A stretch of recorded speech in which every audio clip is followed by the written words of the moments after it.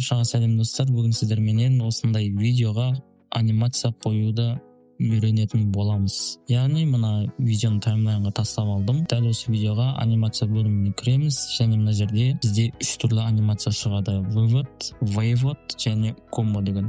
Бұл дегені, вывод деген видеоның басында қойылатын анимация. Яғни мен мына кез келген бір анимацияны қоямын. Бұл автоматты түрде видеоның бас жағына қойылады деген сөз. Бұл өзі осылай таңдалып видеоның бас жағына қойылады осы анимация вывод. Ендігісі вывод, яғни бұл видеоның соңына қойылатын анимация.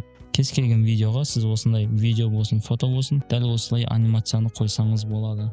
Кейінгісі комбо деген. Комбо деген бұл видеоның ортасында ойнайтын анимация болып есептеледі. Яғни мына жерде сары түсті көріп тұрған болсаңыздар, дәл осы видеоның ортасында ойнайды деген сөз. Ал енді сіздерге түсінікті қылып көрсетейін. Мына жерде мен қазір барлық анимацияларды өшіріп тастаймын. Мінекей өзіміздің видеомызға байланысты анимацияны қойсақ болады. Мысалы мен мына анимацияны қойдым. Мына жерде көріп тұрған болсаңыздар 1,3 секунд деп тұр.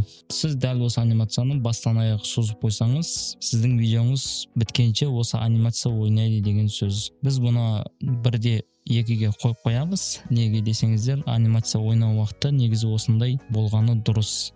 Ал сіздер енді өздеріңіз қалауларыңызша қойсаңыздар болады бұл анимацияны. Кейінгісі вывод деген, бұл видео бітіп жатқандағы анимация. Яғни сіздің видеоңыз қаншалықты қызық ұзақ уақыт созып қойсаңыз болады, немесе өзіңіз қалауыңызша осылай 1 секундқа қойып қойсаңыздар да болады деген сөз. Мына екінші анимацияны сіз видеоңыздың бастан аяқ ойнайтын қылып қойсаңыз да болады деген сөз. Дәл осылай істеп қойсаңыз болады. Кейінгісі комбо деген екен. Біздегі комбо деген міне дәл осы анимацияны мен видеоның басынан аяғына дейін қоюыма болады. Немесе тек қана басына ғана қоюға болады, немесе ең соңына әкеп қоюға да болады деген сөз. Немесе қаласам ортасына осылайша қойып қойсам болады. Өздеріңіз қалауларыңызша дәл осындай анимацияны видеоның кез келген жеріне дәл осы анимациялардың барлығын таңдап қойсаңыздар да болады. Яғни мендегі мына CapCut'тың 14 Pro версиясы негізі бұл жерде бүткіл анимацияны мен дәл осылай видеома пайдалануыма болады.